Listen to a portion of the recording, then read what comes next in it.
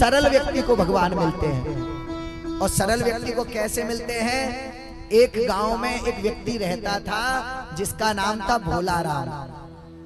क्या नाम था उसका? भोला राम। बड़ा भोला था, इतना भोला था वो भोला राम कि उस गांव में रहता था बड़ा भोला, कुछ पता नहीं था। उसके माता पिता चल बसे। अब तो घर में भाभियां आ गई। भाइयों को तो प्रेम था भोला राम से, परंतु भाभियां नफरत करती थी उससे। क्यों? क्योंकि हमारे पति कमा कमा करके लाते हैं और ये देखो ये पड़ा पड़ा खाता रहता है, इसे भी काम पे भेजा करो। भोला राम को कई बार काम पे भेजा लेकिन कोई कार्य हासिल नहीं कर पाया। एक दिन भाभियों के कहने से भाइयों ने बाहर निकाल दिया भोला राम को, और बाहर निकाल दिया घर से। और घर से निकाल करके भोला राम चला गया, चला जा रहा है नदी के किनारे। जैसे मौनी बाबा का आश्रम है ना, ये मौनी बाबा का स्थान, यहाँ आ गया भोला राम। और भोला राम आया तो यहाँ एक महाराज जी रहते थे। महाराज जी के पास में और भी शिष्य आते थे बहुत सारे। भोला राम ने देखा कि यहाँ तो बड़ा भंडारा चलता रहता है, बड़े मोटे मोटे शिष्य हैं महाराज जी के। एक से पूछ लिया, बोले भैया भैया क्या इस आश्रम में कौन रहता है? बोले महाराज जी रहते हैं। बोले क्या करते हैं? बोले बस बैठे रहते हैं, भगवान का भजन करते हैं। बोले कुछ काम भी होता है? बोले नहीं, मुझे भी रहना है, कैसे रहूं? बोले काम करो, आप महाराज जी को गुरु बना लो और फिर रहो इसमें। अच्छा, गुरु बनाने के बाद रह सकता हूँ? बोले हाँ। तो गुरु बनाने के लिए चला गया महाराज जी के पास। महाराज जी मुझे गुरु बनाना है, आपको मुझे शिष्य बनना है। हाँ हाँ ठीक है, और लाओ कान में मंत्र दे देता हूँ। कान में मंत्र दे दिया, शिष्य बना लिया। और अब कहते हैं कि यहाँ रहना आश्रम में, रोज जब आरती हो तो घंटी बजाते रहना। केवल क्या करना? केवल घंटी बजाते रहना और कुछ नहीं करना है। बोले महाराज जी भंडारा कब कब होता है? अच्छा, यहाँ पे भी कई लोगों का मन चलने लगा है। कई लोगों का समय बार बार हम देख रहे हैं, यहाँ से बार बार घड़ी देख रहे हैं कि 5 बजने वाले हो गए। अब भंडारे की सीताराम। भोला राम जैसे यहाँ पे भी भक्त बैठे हैं, कई भक्त हैं भोला राम जैसे जो भंडारे की ओर देख रहे हैं। और भंडारे की ओर भोला राम ने गुरुजी से पूछा, गुरुजी आज भंडारे में कब तक चलता है भंडारा? बोले 4 पंगत चलती है भंडारे की, 4 दोपहर में, 4 रात को। महाराज जी अगर मैं 8 में खाऊं तो? बोले इतना खाते हो? इतना 8 पंगत में, 8 पंगत में बैठोगे? हाँ महाराज जी, वो क्या है आपका शिष्य कुछ ज्यादा ही खाता है। अच्छा, जब खाता था तो क्या बोलता था? एक एक कौर खाए, और क्या बोले? दाने दाने पे लिखा खाने वाले का नाम। एक कौर खाए और बोले दाने दाने पे लिखा खाने वाले का नाम। अब आश्रम में कुछ लोग रहते थे, उन्होंने उससे कहा कि ए भोला राम, कल से ऐसा मत कहना कि दाने दाने पे लिखा है खाने वाले का नाम। तू अपने लिए ऐसा बोला कर कि बोरे बोरे पे लिखा खाने वाले का नाम। क्यों बोरी भर के तो खाता है तू इतना, दाने दाने पे क्यों बोल रहा है? बोरे बोरे पे बोल। भोला राम सीधा था, बस मुस्कुरा दिया।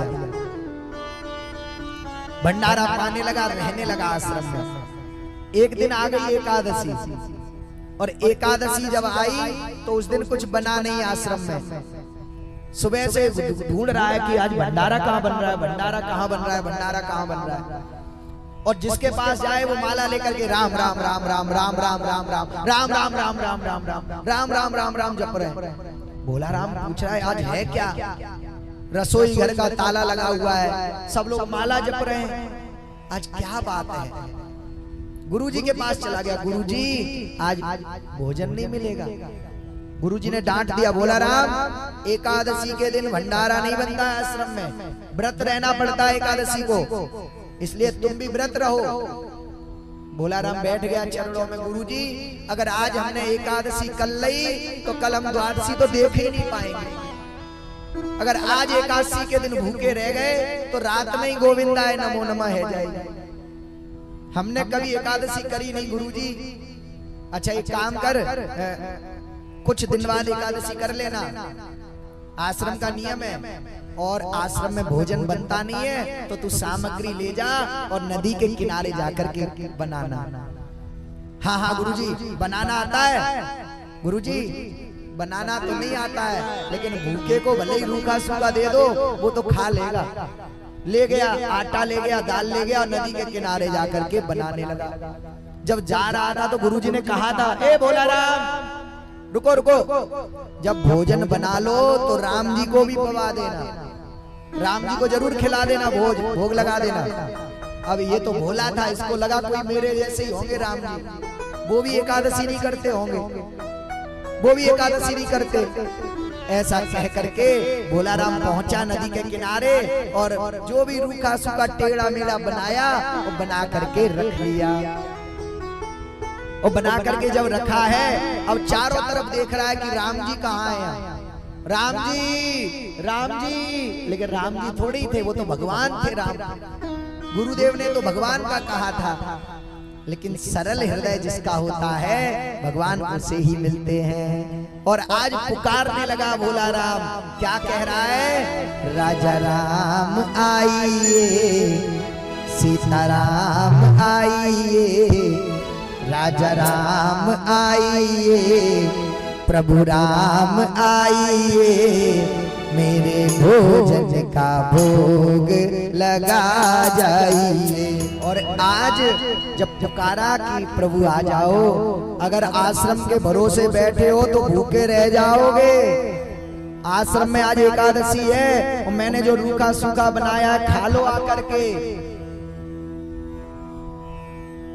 अगर यदि तज दोगे भोजन रूखे सूखे और बैठे रहोगे भूखे, इसलिए आप आ जाओ, यहाँ रूखा सूखा तो मिलेगा, आ जाओ।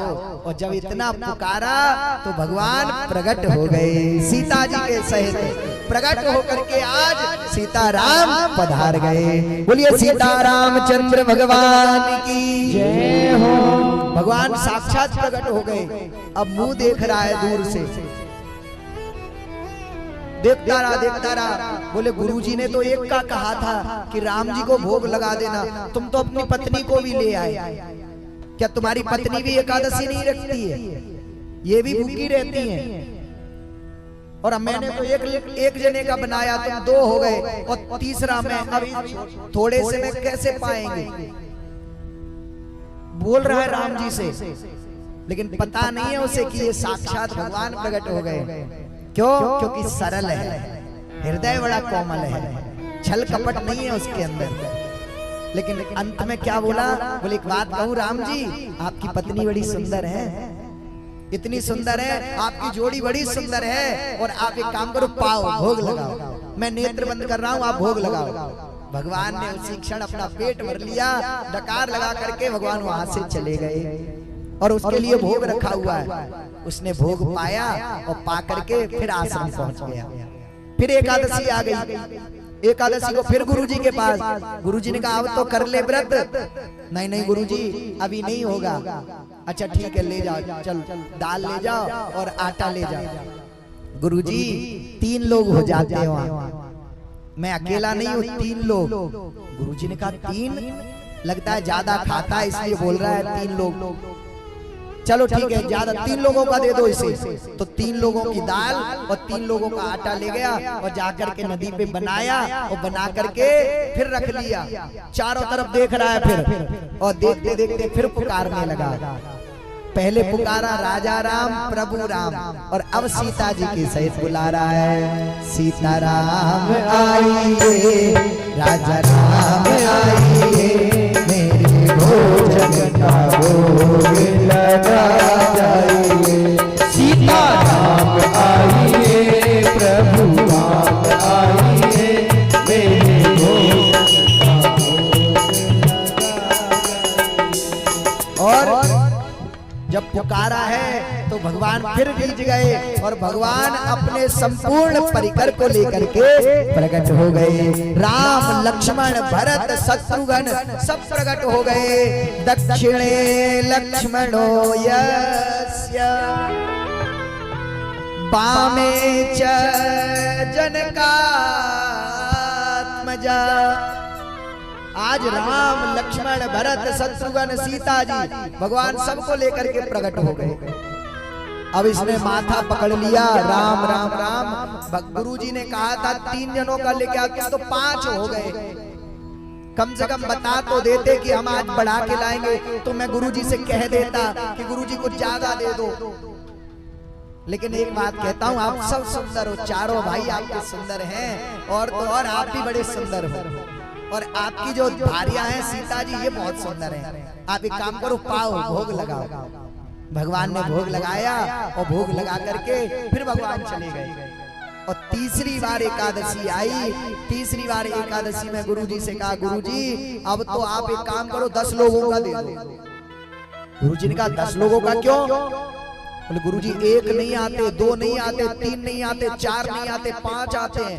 5 वो 1 हम 6, और हर बार बढ़ के आते, क्या पता इस बार भी बढ़ा के लाए वो। गुरुजी ने कहा ये मुझे लगता है सामान ले जाता और बेचता है बाजार में, ये दाल और आटा ले जाता है, ये बाजार में बेचता है पक्का। चलो इसको दे दो, मैं आज इसके पीछे पीछे जाऊंगा। और गुरुजी पीछे पीछे चल दिए उसके, और भोला राम आगे आ गया। भोला राम पहुंचा नदी के किनारे, और नदी के किनारे पहुंच करके सामान रख दिया, और रख करके कुछ देर बैठा रहा, और बैठ करके बुला दिया भगवान को। यही शब्द कहा, राजा राम, सीता राम, लक्ष्मण राम, भरत राम, शत्रुघ्न राम, आओ और आकर के भोग लगाओ। अब भगवान की भी लीला देखो, भगवान की लीला देखो कि अब भगवान खुद तो आए, भाइयों को लाए, सीता जी को लाए, साथ में हनुमान जी को भी ले आए। अब तो हनुमान जी भी आ गए। ये क्रोध में इतना झल्ला करके बोल पड़ा कि प्रभु कम से कम बता तो देते कि मैंने आपके भाइयों का ठेका लिया, आपकी पत्नी का ठेका लिया, आप तो बंदरों को भी ले आए। इन बंदरों का ठेका नहीं लिया मैंने, और मुझे पता था आप बढ़ा के लाओगे। आज भोला राम चतुर निकल गया, आज भोला राम ने कुछ बनाया ही नहीं, ऐसा लाया वैसा का वैसा ही रखा है। और बोला भगवान से मुझे पता था आज ज्यादा लोग आओगे, इसलिए मैंने बनाया भी नहीं है। अब एक काम करो, अपनी पत्नी से बोलो बनाए और मुझे भी खिलाए। पत्नी से बोलो जल्दी से। ये भगवान का हृदय और भक्त का सरल हृदय, जो सरल भाव है भगवान रीझ जाते हैं। और उसकी भक्ति देखो आप कि सीता मैया ने चूल्हा बनाया, बैठ गई चूल्हे पे, और भरत जी सब्जी को अमनिया कर रहे हैं, और लक्ष्मण जी लकड़ियां काट काट करके ला रहे हैं, और तो और हनुमान जी पूंछ से पोंछा लगा रहे हैं, और शत्रुघ्न जी पानी भरने जा रहे हैं। ये देखो भक्ति की परीक्षा, और ये भक्ति का प्रभाव देखो कि आज भगवान भी सेवा कर रहे हैं भक्त की। और ये राम जी से गप्पे मार रहा है, और राम जी से गप्पे मार रहा, क्या कह रहा है, बैठ करके दोनों बैठे हुए हैं, और राम जी से कह रहा है गप्पे मारते मारते, बोले राम जी एक बात बताओ, इसे अभी भी नहीं पता कि ये भगवान है साक्षात, लेकिन फिर भी कहता जा रहा है, क्यों राम जी एक बात बताओ, आपकी पत्नी बड़ी सुंदर है, कहां से लाए हो, कहां से विवाह हुआ आपका? राम जी कहते जनकपुर से, जनकपुर से है हमारी भार्या जी। अच्छा अच्छा, आपके भाई भी बड़े सुंदर हैं। और तो और ये देखो आपका वो बंदर, देखो बंदर कितना अच्छा उछल उछल के काम कर रहा है। राम जी बोले बंदर मत बोलो बार बार, वो हनुमान जी हैं, अभी गुस्सा हो गए तो उठा के पटक देंगे 2 बार। बंदर बंदर मत बोलो उन्हें, हनुमान जी है वो। अच्छा अच्छा हनुमान जी है, नहीं आपके वो हनुमान जी बड़े सुंदर हैं, देखो कैसे काम कर रहे हैं, पूंछ से पोंछा लगा रहे हैं। और भरत जी भंडारे बनाने लगे, भरत जी भंडारे बनाने लगे, भरत जी भंडारे बनाने लगे। तो भरत जी आज भंडारा संभाल रहे हैं। इतने में आ गए गुरुजी, और गुरुजी ने आवाज लगाई, क्यों भोला राम सामान को बेचते हो, सामान बेचते हो यहाँ ला करके? तुम तो कहते थे कि 7-8 लोग आते हैं, कौन है यहाँ, और सामान रखा हुआ है तुम्हारा। भोला राम कहता है गुरुजी ये देखो मेरे सामने राम जी बैठे हैं, वो देखो सीता मैया रसोई में, वो देखो भरत जी सब्जी अमनिया कर रहे हैं, देखो लक्ष्मण जी लकड़ियां ला रहे हैं, देखो हनुमान जी पोंछा लगा रहे हैं, देखो शत्रुघ्न जी पानी भर रहे हैं। लेकिन गुरुजी को नहीं दिख रहे हैं। क्यों? क्योंकि गुरुजी की आंखों पर माया का पर्दा है। ये जो पलक है ना, ये पलक दिख रहे हैं आंखों के ऊपर, ये पलक क्या है? ये पलक माया रूपी पर्दा है जो भगवान को देखने नहीं देते हैं, भगवान के पास जाने नहीं देते हैं, भगवान की कथा नहीं सुनने देते। क्यों? क्या करोगे कथा में जाकर के? लपट में लपट लग जाएगी, ये घर में पड़े रहो। क्या करोगे वहां कथा सुन करके? ये माया रूपी जो है ना, ये हमें नहीं जाने देती। और माया को जब तक हम छोड़ेंगे नहीं तो माधव हमें मिलेंगे नहीं, क्योंकि माया पति भगवान है। इसलिए पहले माधव को पकड़ लो, माया तो पीछे पीछे आएगी। कहा भी गया है ना कि माया को सब कोई भजे, माधव भजे न कोई, जो कदापि माधव भजे माया चेरी होए। चेरी का अर्थ होता है दासी। अगर भगवान को पहले मना लो तो माया तो अपने आप बरसेगी। आप भगवान की शरण पकड़ लो, माया अपने आप पीछे पीछे आएगी। लेकिन माया को पकड़ोगे तो भगवान भी दूर हो जाएंगे और माया फिर कुछ दिन तक रुकेगी और भाग जाएगी। इसलिए माधव को भजो पहले तो माया पीछे पीछे आएगी। बोलिए भक्तवत्सल भगवान की जय हो। गुरुदेव ने कहा मुझे नहीं दिख रहे कोई तेरे राम, तो आज राम जी से कह रहा है हाथ जोड़ करके कि हे राम जी, आप मेरे गुरुदेव को क्यों नहीं दिख रहे हो? बोले इसलिए नहीं दिख रहे हैं क्योंकि तुम्हारे गुरु की आंखों पर माया का पर्दा है, माया लगी हुई है तुम्हारे गुरुजी को।